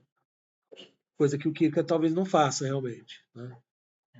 Então, assim, mas o interessante, assim, é a grandeza do diálogo aqui, né? Quer dizer, como eles estão ali falando de algo muito próximo e onde que o Heidegger está se diferenciando, né? Ao mesmo tempo que ele reconhece, olha, o Kierkegaard viu a coisa ali e mais, né?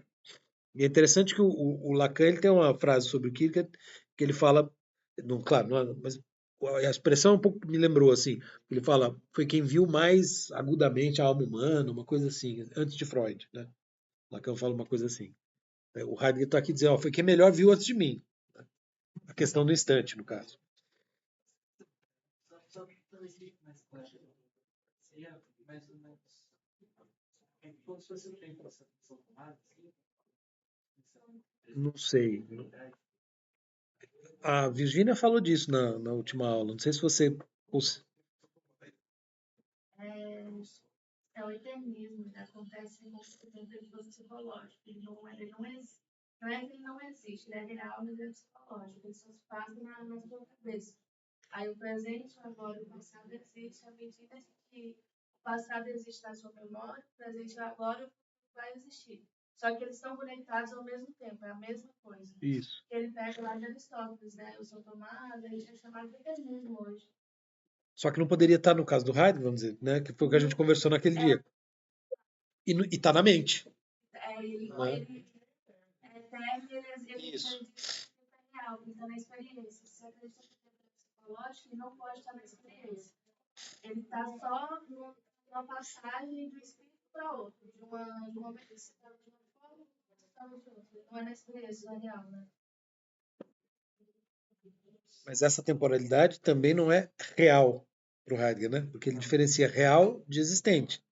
Veja que interessante. Quer dizer, quando ele fala de existente por oposição ao real, ele está falando de uma dimensão que, como eu estou insistindo aqui, constitui objetos da fenomenologia, né? É um campo de objetos da fenomenologia, mas que não são objetos reais no sentido, digamos, empírico, né? Mas, enfim, acho que, claro, ele conhece tudo isso como a palma da mão, né? Todos esses autores. Então, certamente ele está dialogando com tudo isso daí, né? É que você não sabe bastante. Mas, na verdade, acho que eu comentei isso em algum momento, não sei se na última aula ou na penúltima. Não é o que o Heidegger está dizendo que é difícil. A questão em si é difícil, né? Entender o que é o instante, entender o que é o agora, entender o que é o tempo. E aí, por fim, vem o passado. Terceiro. É interessante. Aqui que entra uma questão. É bonita até se você. Ele depois vai cagar tudo. Mas a gente olha por uma perspectiva não heideggeriana dos anos 30, o negócio é bonito. Eu não trago para o mundo nenhuma possibilidade anterior ao mundo. Todas as possibilidades minhas são possibilidades do mundo. Porque senão eu teria uma propriedade. Então, tudo que há para mim como possibilidade é possibilidade já do mundo que é anterior a mim. São possibilidades do mundo. Eu me confundo com essas possibilidades, eu sou essas possibilidades, mas eu não tenho uma propriedade que eu trago uma possibilidade anterior e coloco aqui na Terra. Muito menos inventa, né? Do nada. Do nada, elas já estão aqui. Se elas já estão aqui, a única coisa que eu posso fazer, tudo o que eu posso fazer já foi feito. Então, o que eu faço nada mais é do que repetir uma possibilidade já existente. Aqui que entra a noção de repetição. Nada do que eu faço vai ser completamente novo, nada pode vir do nada. O que eu posso fazer é atualizar possibilidades já existentes. O que acontece na maior parte das vezes? Eu esqueço disso. E ainda acho que essas possibilidades são minhas, como se fosse de algo esdrúxulo, como personalidade. Uma palavra que deveria ser proibida. Personalidade. Como se eu tivesse características próprias que não estão aí. Ou que fosse um dom divino. O que acontece são possibilidades que estão aí. Que eu atualizo. Posso atualizá-las consciente de que eu estou as repetindo. Posso atualizá-las esquecendo de que essas possibilidades são dos meus antepassados também. São possibilidades do meu mundo. Aqui que eu falei que pode ser bonito, se a gente pensa numa chave de ancestralidade, por exemplo, que está tão em voga. Tem Heidegger vai falar que depois o raio, o terceiro raio vai ser possibilidade do alemão. Mas é repetição. E aqui, então, é a repetição do parágrafo 7. Ele vai falar do destino mais para frente. Tá? Mas, bem, o que é, então, essa repetição? É o passado assumido enquanto já sido e assumido como meu, enquanto uma possibilidade minha, que não é só minha, é do meu mundo, mas que também é minha porque eu atualizo. Ele vai falar, né? Então, o que é a compreensão imprópria, resumindo tudo? Aí vem essas frases muito estranhas dele, né? É um aguardar esquecido que presentifica. O que é o aguardar esquecido que se presentifica? Eu abro possibilidades, utensílios das minhas atividades e vivo, atualizo, faço as possibilidades destas abertas pela a minha atividade. Que eu vejo como se fossem pré-determinantes. Que eu não vejo como possibilidade. O que seria a compreensão própria? Fazer exatamente a mesma coisa. Só que de tal modo que essa coisa sempre se mostre como uma possibilidade do mundo que já era e que eu assumi como sendo também minha. Essa é a diferença da compreensão própria e da compreensão imprópria. Não dá para dar exemplo. Não dá para dar exemplo. Bem, acho que avançamos 2 páginas. E agora? Talvez tentar correr um pouco mais estranho aí, né? Ah. Mas você já não está chegando no B? Não, o B eu cheguei. Então, sim, as 2 páginas foram A, né? Bem, agora ele vai falar da temporada, mas eu acho que agora vai ficar um pouquinho É que no mais... meu aqui em alemão são 4 páginas. Eu brinquei 2 páginas, 4. A temporalidade agora é da disposição. A disposição, ele fala, então disposição é o existencial que possibilita sentimentos. É derivada do meu caráter de jogado, meu ser jogado no mundo. Gewohnheit. Jogado. Ele vai falar que na disposição há uma primazia do passado. Terceiro. Por quê?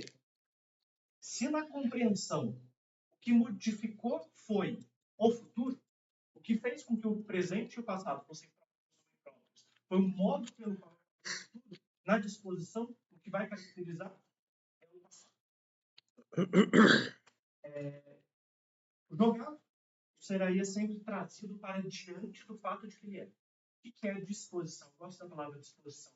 Ele está disposto, posto aí, nesse mundo, nessa facticidade que é a dele. Estamos dispostos no Brasil de 2024. Estamos dispostos. Isso só é possível porque o mundo, o aí, já é sempre sido. É aqui que ele usa essa expressão. Já tem sempre um caráter de pretérito. A disposição, então, o que caracteriza a disposição é o fato de que eu sou sempre aí no mundo que já era. Então, é aqui que ele vai desenvolver a tese de que a disposição ela se funda no ter sido, no passado. E isso significa que o seu caráter existencial é um retroceder a uma possibilidade já dada.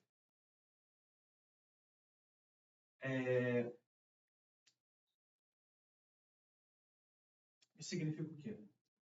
A disposição, ou seja, aquilo que fundamenta a minha possibilidade de ter medo, de amar, de desejar, de me angustiar, ter qualquer tipo de sentimento, se funda, tem como base ontológica o fato de que eu estou aí, estou jogado no mundo. E a disposição manifesta o fato de que eu estou jogado no mundo. Essa é a tarefa. A tarefa, então, é fundamentar as disposições na temporalidade. E é aqui que ele vai retomar lá o medo e a angústia, para falar sobre o caráter temporal disso daí. A disposição, o que é uma... Vou resumir aqui bem rapidamente o caráter temporal do medo e da angústia. Por que o medo é impróprio? O medo sempre é impróprio. Porque ele me dispõe de um modo que fecha a minha existência. Que fecha o meu campo de possibilidade. Quando eu estou diante de algo que me amedronta, eu fico preso às possibilidades oferecidas por aquilo que me amedronta. O que é angústia? É não estar preso a nenhuma possibilidade específica, mas ter aberto o campo inteiro de possibilidade. O que isso tem a ver com a temporalidade? O temor, aquilo que eu temo, ele mostra possibilidades já dadas. Algumas. Enquanto a angústia revela o campo de possibilidades. Quando eu estou... O Sartre vai usar um exemplo, não seja nada assim, né? Eu estou... me vejo diante de um animal perigoso. Tenho medo. As possibilidades parecem ser aquelas de pegar alguma coisa para me defender, atacar, correr. Daí fala, tem gente que desmaia. Ele fala, desmaiar é uma possibilidade. Existem muitas possibilidades. Mas parece que as minhas possibilidades ficam restritas a essa atividade, a este momento de agora. Isso é o caráter de passado. São as possibilidades abertas que são específicas. O que seria... Não tem como você sentir uma angústia diante de um lobo. Mas a angústia, ela não calcifica, ela abre as possibilidades. Isso tudo é nível transcendental, né? Não dá para dar muito exemplo.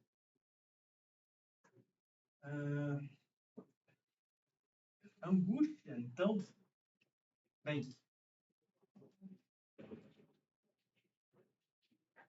tem dúvida sobre a angústia? Sempre. A angústia, o que é angústia? Por que a angústia tem a ver com propriedade? A angústia, ela mostra a possibilidade de repetição. O que é isso? Se a angústia abre as possibilidades como possibilidades vencidas, é na angústia que eu vou ter a total responsabilidade por repetir ou não aquela possibilidade que não foi inventada por mim, mas é do meu mundo.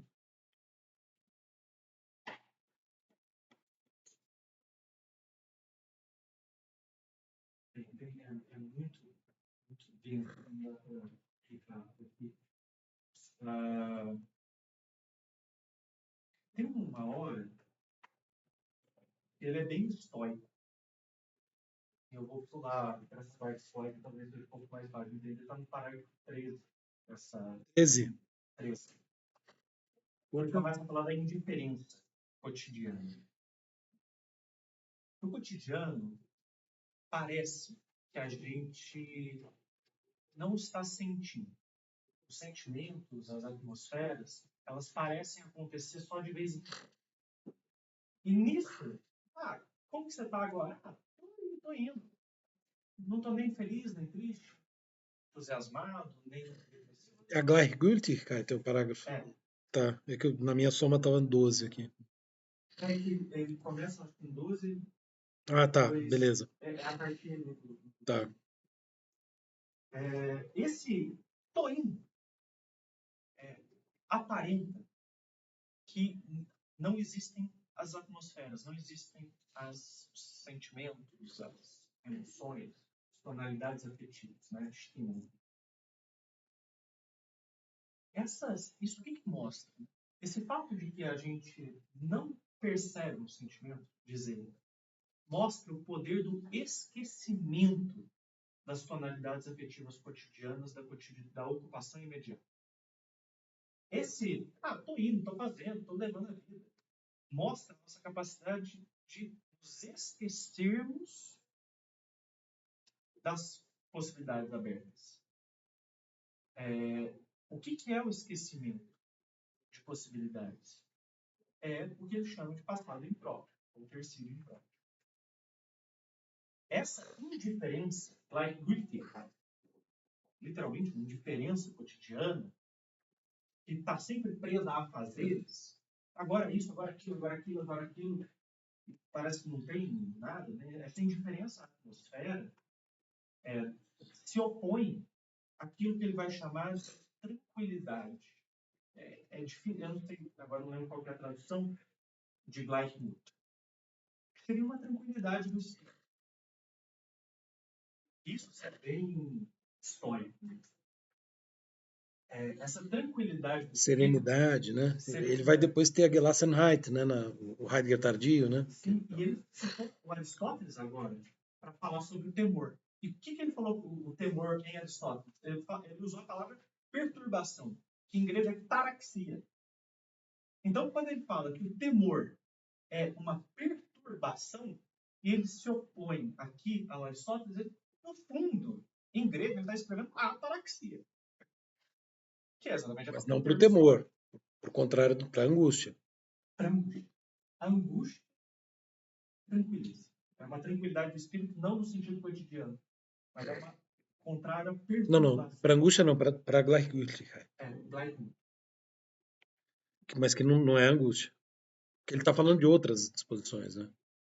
Mas seria mais próxima, também, né? É fundamental.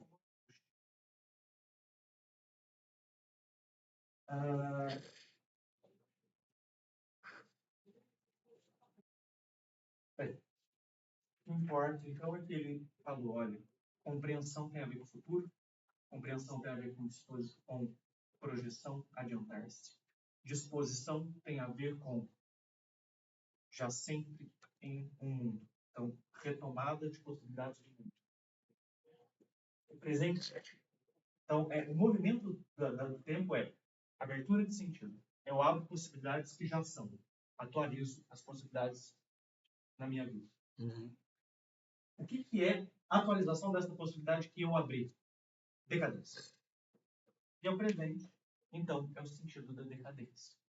Decadência, ou cair, Decair, queda, né? Decair, É difícil, né? Sempre complicado, né? Dá uma ideia de onde você caiu. Não tem esse de onde. É o pó-queda, né? É que Edstein fala isso, né? Como é que pode cair sem ter de onde cair, né? É claro, insinuando que ele está... Mas então é esse presente. A decadência nada mais é do que tem como fundamento ontológico a presentificação. A possibilidade de fazer presente, a possibilidade que eu abri, possibilidade essa que não é minha, inventada, criada, vinda de fora, mas possibilidade sempre do mundo que já é. Essa explicação que você deu foi muito boa, né? Abertura de possibilidades, recuperação de possibilidades, atualização. Isso é temporalidade. Isso se dá a todo momento. O que a gente faz quando a gente passa a pensar de maneira teórica? Separa isso em caixinhas. Um agora é futuro, um agora é passado, um agora é o agora. Isso tudo é uma coisa só.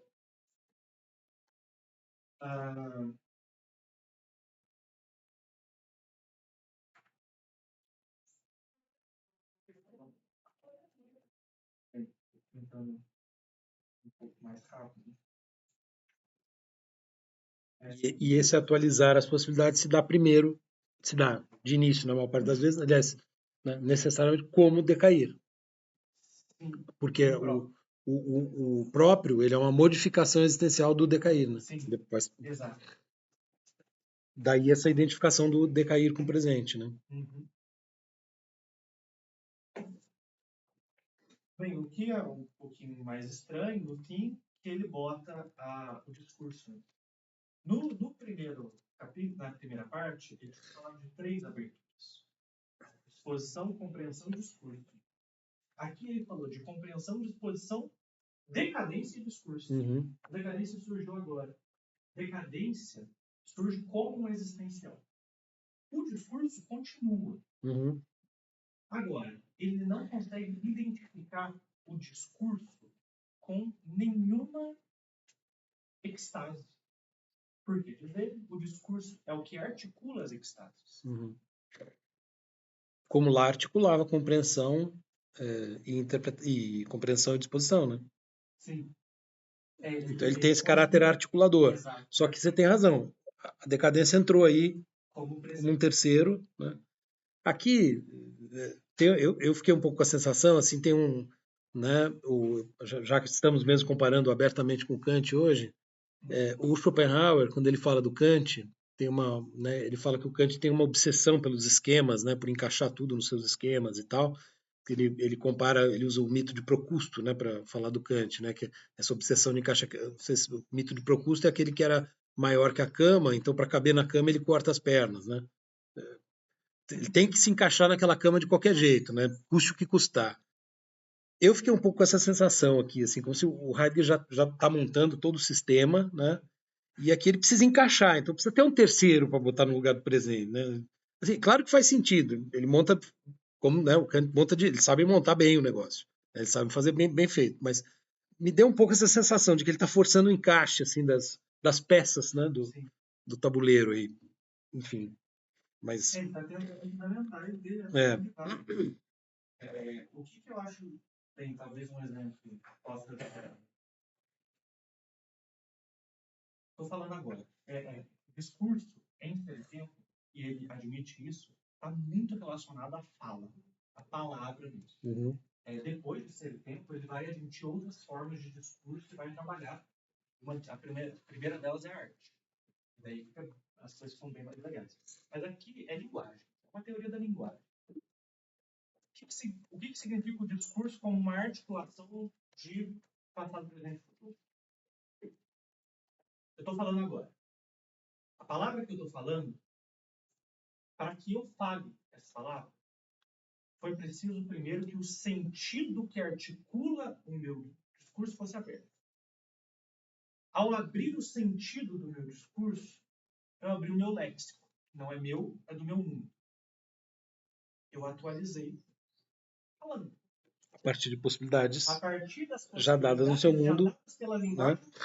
É do português, não é minha. Que você aprendeu do seu mundo, né? O que seria o discurso próprio? Obviamente não é aquele discurso que ninguém entende. O discurso próprio, ele usa as mesmas palavras do discurso impróprio. as mesmas palavras, mas ele se sabe enquanto um discurso no mundo, possibilidades, atualismo. O discurso é igual. O discurso, então, é isso que articula. O discurso, ele é a temporalidade como um todo acontecendo. Sim, mas se a compreensão e a disposição são autênticas, né, e o modo de atualizar é autêntico, Então, o discurso vai, de alguma maneira, veicular, a gente poderia dizer, essa autenticidade. Né? Agora, ele não vai usar outra língua. Né? Exato. Você vai falar na sua língua. Bem, é isso. Aí ele fecha com a terra. Espero que tem que estar um pouquinho mais para lá. Temporalidade se temporaliza inteiramente em cada extase. Isto é, a totalidade do todo estrutural de existência, facticidade e decadência, a unidade da estrutura do cuidado, tem como fundamento, se funda, na unidade extática de cada temporalização plena da temporalidade. É estranho, mas é isso. Bom, acho que... Bom, vamos fazer o intervalo então, rapidinho. Agora está tudo pelo ponto de vista. Aqui é... Quando ele fala da curiosidade, né, tem essa coisa do entspringen, né, que é ir pulando rapidamente de uma coisa para outra, né? No caso, né, você teve que ir no seminário ir pulando o B, o C e o D, assim, mais ao modo da curiosidade. Mas enfim, é muita coisa, muita coisa.